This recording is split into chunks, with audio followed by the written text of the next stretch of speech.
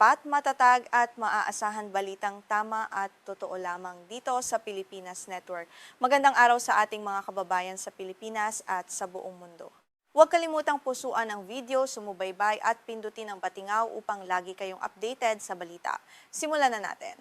Isang mainit na balita mula sa gitnang silangan. Nagsagawa ang militar ng Israel ng mga piling pag-atake sa Timog Lebanon. Ayon sa opisyal na pahayag ng Israel Defense Forces, ang hakbang na ito ay tugon sa umano'y paglabag ng grupong Hezbollah sa umiiral na kasunduang pangseguridad. Naganap ang pag-atake isang araw lamang matapos ang serye ng mga negosasyon sa pagitan ng Israel at Lebanon na pinangasiwaan ng Estados Unidos sa Roma. Kinumpirma ng Ministro ng Kalusugan ng Lebanon ang malubhang pinsalang dulot ng pag-atake ng Israel sa bayan ng Tibnin. Sa kanilang pinakahuling ulat, isang sibilyan ang kumpirmadong nasawi, habang hindi bababa sa 12 iba pa ang nasugatan at kasalukuyang ginagamot sa ospital. Ang biglaang pag-atake ay nagdulot ng matinding takot at kaguluhan sa mga residente ng bayan na hindi inaasahan ang ganitong katinding karahasan sa kanilang lugar. Naganap ang madugong insidenteng ito sa kabila ng mga diplomatikong pagsisikap na isinasagawa sa Europa. Kamakailan lamang nagpulong ang mga kinatawan ng Israel at Lebanon sa lungsod ng Roma sa ilalim ng pamamagitan ng pamahalaan ng Estados Unidos. Layunin ng pulong na mabawasan ang tensyon sa hangganan, ngunit ang mabilis na muling pagsiklab ng labanan ay nagpapakita ng matinding hamon sa pagpapanatili ng kapayapaan sa rehiyon. Bago isagawa ang mga pag-atake, nagpalabas muna ng babala ang militar ng Israel para sa paglikas ng mga residente sa kalapit na nayon ng Mansuri. Sa kanilang opisyal na anunsyo, binalaan ang mga mamamayan na agad lisanin ang lugar dahil magsasagawa sila ng operasyon laban sa mga puwersa ng Hezbollah na umano'y nagtatago roon. Ang babalang ito ay nagdulot ng mabilisang paglikas ng maraming pamilyang natatakot sa napipintong pambobomba. Ang nayon ng Mansuri ay matatagpuan humigit kumulang 25 kilometro mula sa bayan ng Tibnin na unang tinamaan ng pag-atake. Ayon sa militar ng Israel, ang Mansuri ay naging kuta ng grupong Hezbollah na sinusuportahan ng Iran. Dahil dito, idineklara ng Israel na target ng kanilang operasyon ang anumang aktibidad na militar sa naturang lugar upang maprotektahan ang kanilang sariling teritoryo laban sa mga banta. Ang babala sa paglikas na ipinadala sa pamamagitan ng internet ang kauna-unahang pagkakataon sa loob ng mahigit isang buwan na naglabas ang militar ng Israel ng digital na babala para sa mga residente ng Lebanon. Ayon sa mga eksperto sa seguridad, ang muling paggamit ng ganitong paraan ng pagbababala ay maaaring magpahiwatig ng mas sistematiko at mas malawak na kampanyang militar na pinaplano ng Israel sa mga susunod na araw sa timog na bahagi ng Lebanon. Hindi ito ang unang pagkakataong binalaan ang mga residente ng Mansuri.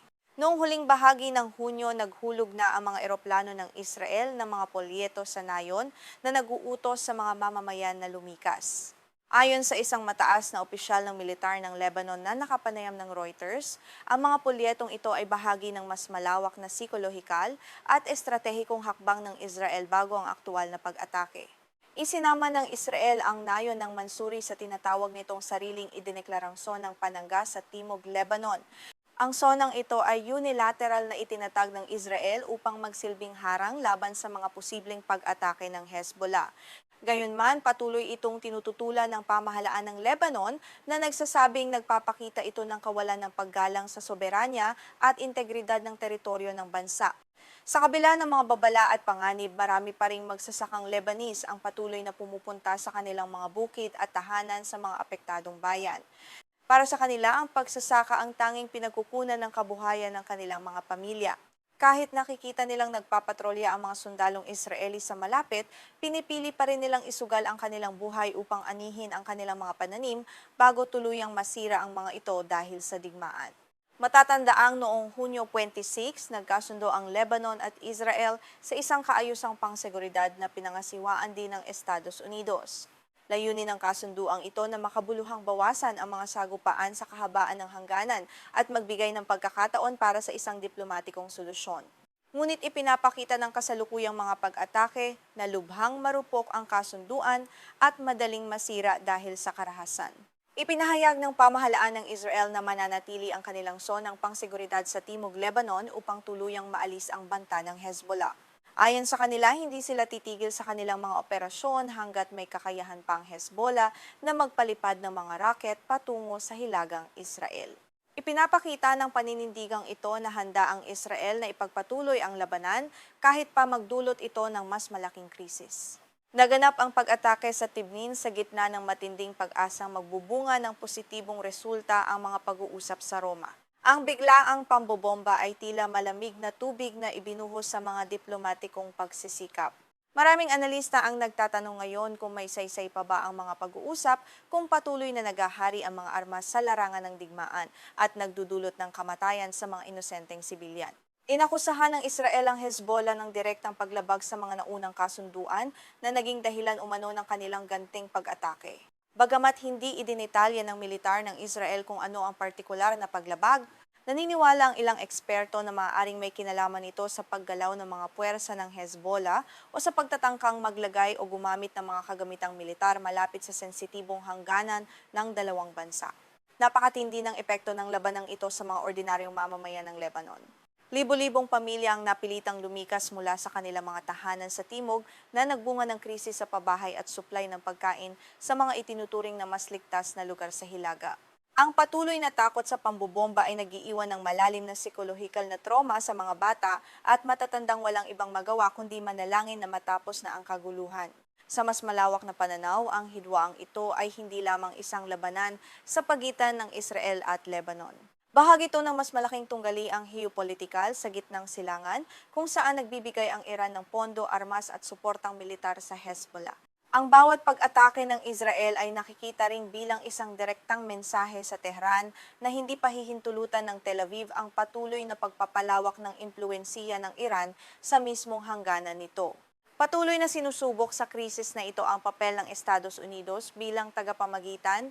Bagamat sinusuportahan ng Washington ang karapatan ng Israel na ipagtanggol ang sarili, nag-aalala rin ito sa posibilidad ng isang malawakang digmaan sa rehiyon na maaring magsangkot sa iba pang mga bansa. Patuloy na nagpapataw ang Estados Unidos ng diplomatikong presyur sa magkabilang panig upang maiwasan ang tuluyang pagkasira ng komunikasyon. Sa panig ng pamahalaan ng Lebanon sa Beirut, mariing kinundena ng mga opisyal ang pag-atake ng Israel na tinawag nilang paglabag sa internasyonal na batas at sa soberanya ng bansa. Gayunman, limitado ang kakayahan ng opisyal na sandatahang lakas ng Lebanon na pigilan ng Israel o kontrolin ng Hezbollah. Ipinapakita nito ang masalimuot na sitwasyong pampolitika sa loob ng Lebanon, kung saan may sarili at malaking kapangyarihan ang Hezbollah.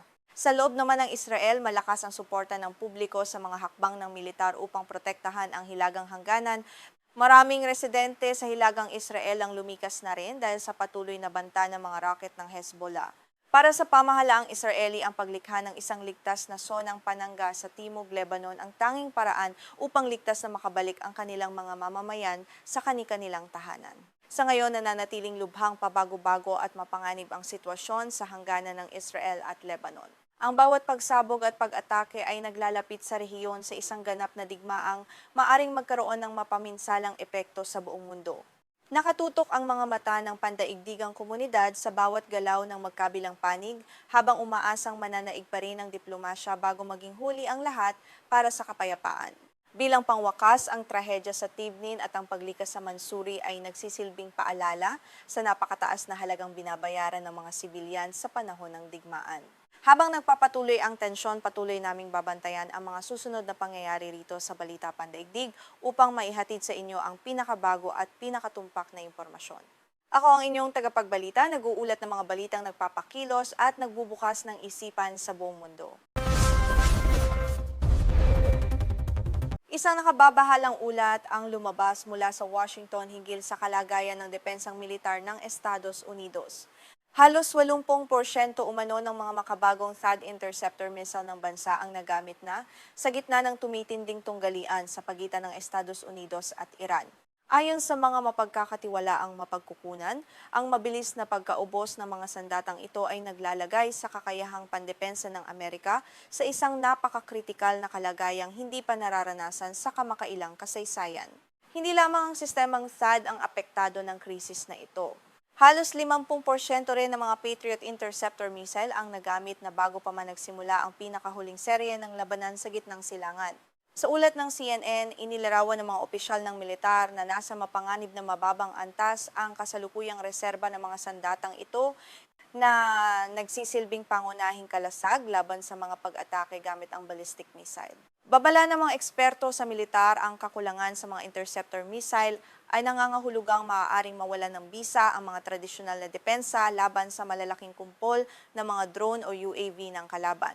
Kapag tuluyang nalampasan ng mga drone ang depensa, magiging mas mahirap pigilan ang walang tigil na palitan ng mga pag-atake na maaaring magdulot ng mas malaking pinsala sa mga base ng Amerika at ng mga kaalyado nito sa buong rehiyon. Nagdudulot din ang sitwasyong ito ng matinding pangamba sa mga kaalyado ng Estados Unidos sa rehiyon ng Golpo.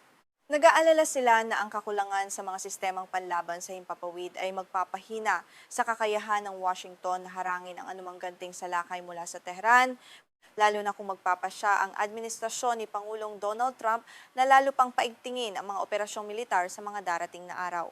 Bukod sa mga interceptor missile, iniulat din ng Reuters na mabilis nang nauubos ang reserba ng hukbong katihan ng Estados Unidos ng mga ATACMS Tactical Ballistic Missile at Precision Strike Missile o PRSM na inilulunsad gamit ang kilalang sistemang HIMARS. Kritikal ang mga sandatang ito sa pag-atake sa mga target sa lupa at ang pagkaubos ng mga ito ay naglilimita sa kabuuang kakayahang opensibo ng militar ng Amerika. Maging ang kilalang Tomahawk cruise missile na itinuturing na isa sa mga pangunahing sandata ng hukbong dagat ng Estados Unidos para sa malalayuang pag-atake ay bumaba na rin sa mas mababa sa 50% ng kabuuang inventaryo. Matatandaan noong Abril pa lamang ay nagamit na ng Estados Unidos ang halos 30% ng mga Tomahawk missile nito sa unang bahagi ng pakikipaglaban sa mga puwersang suportado ng Iran sa rehiyon. Sa kabila ng mga ulat na ito, mabilis na naglabas ng pahayag ang Pentagon upang pakalmahin ang publiko at ang mga kaalyado nito sa buong mundo. Ayon sa tagapagsalita ng Pentagon na si Sean Parnell, nananatiling pinakamalakas na puwersang militar sa buong mundo ang Estados Unidos. Iginiit niyang taglay nila ang lahat ng kinakailangang kagamitan upang kumilos sa oras at lugar na pipiliin ni Pangulong Donald Trump. Sumang-ayon din ng White House sa pahayag na ito sa pamamagitan ni Deputy Press Secretary Anna Kelly. Idineklara niyang may higit sa sapat na bala at estratehikong reserba ang militar ng Amerika upang matugunan ang lahat ng layunin ng Pangulo at higit pa roon. Gayunman, sinalubong ng pag-aalinlangan ang mga pahayag na ito mula sa mga analistang sumusuri sa aktual na datos ng produksyon at paggamit ng mga sandata sa larangan ng digmaan. Sa isang pag-aaral na inilabas ng Center for Strategic and International Studies o CSIS, ipinakita ang mga konkretong bilang na sinasabing nagpapatunay sa krisis na ito. Ayon sa CSIS, hindi nahihigit sa 827 Patriot missile at 278 THAAD missile ang natitira sa imbakan ng militar ng Estados Unidos. Isa itong napakalaking pagbaba kumpara sa mga nakaraang taon ng kapayapaan. Upang maunawaan ang lawak ng pagbaba bago nagsimula ang tunggalian ay nagtataglay ang Estados Unidos ng mahigit 2,330 Patriot missile at 452 THAAD missile. Ipinapakita ng mabilis na pagbabang ito na hindi makasabay ang kasalukuyang kapasidad ng industriya ng depensa ng Amerika sa bilis ng paggamit ng mga sandata sa isang aktwal at matagalang digmaan. Ang kakulangang ito sa mga kritikal na bala kasama ang mga ulat ng paniktik hinggil sa limitadong epekto ng mga pag-atake sa infrastruktura ng Iran ay nagbunsod sa ilan sa mga pinakamatitigas na tagapayo ni Pangulong Trump na ihinto ang pagtutulak para sa isang malawakang kampanyang panghimpapawid. Napilitan silang pag-isipang mabuti ang mga limitasyon ng sarili nilang kakayahan bago gumawa ng anumang marahas na hakbang. Isang mataas na opisyal ng Administrasyong Trump ang nagbunyag na nakapagbigay na sana ng pahintulot ang Pangulo kay kalihim ng Depensa Pete Hegseth upang simula ng isang malawakang pag-atake noong huling bahagi ng Hulyo. Gayunman, binawi rin umano niya ang desisyong ito matapos ang masusing pakikipag-usap sa mga kaalyado sa gitnang silangan at matapos marinig ang mga direktang babala ng ganting salakay mula sa pamahalaan ng Iran. Hindi lamang kakulangan sa bala ang suliranin ng Estados Unidos. Sa unang bahagi pa lamang ng labanan, naging pangunahing target ng Iran ang mga radar system ng THAAD na nakabase sa gitnang silangan. Iniulat na hindi bababa sa 4 na makabagong ANTPY-2 radar na kilala bilang mga mata ng THAAD, ang tuluyang nawasak o nagtamo ng napakatinding pinsala dahil sa mga tumpak na pag-atake gamit ang mga missile ng Iran. Dahil sa malubhang pinsala sa radar network ng TH-8A na punta ngayon sa mga sistemang Patriot ang mabigat na tungkulin ng pagtatanggol laban sa mga ballistic missile. Pagaman maasahan, may mas maikling saklaw at mas limitadong kakayahan ang Patriot kumpara sa TH-8. Dahil dito, nalalagay sa mas mataas na panganib ang mga base militar ng Estados Unidos at ng mga kaalyado nito laban sa direktang pagtama ng mga sopistikadong missile ng kalaban. Maaari sanang makatulong ang mga destroyer ng hukbong dagat na may Aegis Combat System upang mapunan ang kakulangang ito sa pamamagitan ng pagtukoy at pagsagap sa mga ballistic missile. Gayunman, limitado ang kanilang pagkilos dahil hindi sila maaring manatili ng matagal sa Persian Gulf. Nahaharap sila sa matinding banta mula sa mga anti-ship missile at drone ng Iran na nakatutok sa makitid at mapanganib na katubigang iyon. Ayon sa pagsusuri ng CNN, ang patuloy na pangamba hinggil sa kakulangan ng imbakan ng mga sandata ay nagpapakita ng isang malalim na krisis sa kadena ng supply ng militar ng Amerika. Nagdudulot ito ng mga tanong tungkol sa kakayahan ng Estados Unidos na magpanatili ng isang pangmatagalang kampanyang militar laban sa isang bansang may malaking kapasidad sa paggawa ng sarili nitong mga missile tulad ng Iran nang hindi isinasakripisyo ang depensa sa ibang mga rehiyon. Maraming eksperto sa depensa ang nagbabala na maaaring magkaroon ng malaking epekto ang kasalukuyang krisis sa pangkalahatang kakayahan ng militar ng Estados Unidos sa mga posibleng tunggalian sa hinaharap. Kung magkakaroon ng labanan laban sa mga bansang may katulad na antas ng teknolohiya gaya ng China o Russia, magiging napakalaking kahinaan para sa Amerika ang mabilis na pagkaubos ng mga makabagong missile. Ipinakikita rin ng sitwasyong ito ang malaking pagbabago sa geopolitical na balanse ng kapangyarihan sa gitnang silangan. Sa pagkaalam na nahaharap ang Estados Unidos sa kakulangan ng mga interceptor missile, maaaring maging mas agresibo ang Iran at ang mga kaalyado nito sa rehiyon. Ang kawalan ng sapat na kakayahang manakot at pumigil sa pag-atake ay maaaring mag-udyok ng mas marami pang labanan at magpahina sa impluwensya ng Amerika sa mga diplomatikong pag-uusap.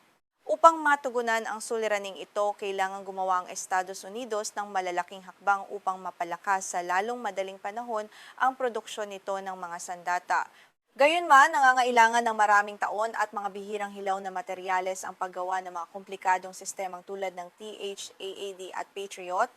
Nangangahulugan itong walang mabilis na solusyon sa krisis na ito sa maikli o katamtamang panahon.